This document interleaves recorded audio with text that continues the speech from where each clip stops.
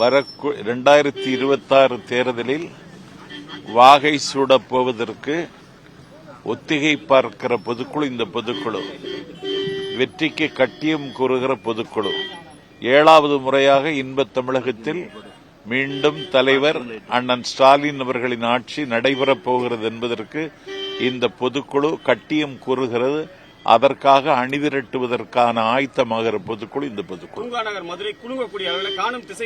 ஆமா, மதுரை சித்திரை திருவிழா சித்திரையோடு முடியவில்லை, வைகாசியிலும் தொடர்கிறது. கழகத்தின் பொதுக்குழு கூட இருக்கின்றது. முக்கியமான முடிவுகள் சட்டமன்ற தேர்தலை எதிர்நோக்கி இருக்கின்ற நேரத்தில் இந்த பொதுக்குழு மிக முக்கியமான தீர்மானங்களை நிறைவேற்றும். சிறப்பாக ஏற்பாடு செய்யப்பட்டிருக்கிறது. கழகத்தினுடைய பொதுக்குழு உறுப்பினர்களும் ஆர்வத்தோடு வந்து கொண்டிருக்கிறார்கள்.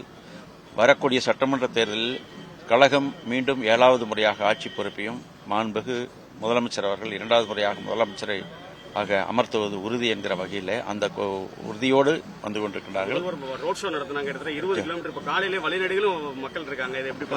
அதுதான் இந்த ஆட்சியினுடைய மீண்டும் வருவதற்கான தேர்தலில் மகத்தான வெற்றி வருவதற்கான அறிகுறி.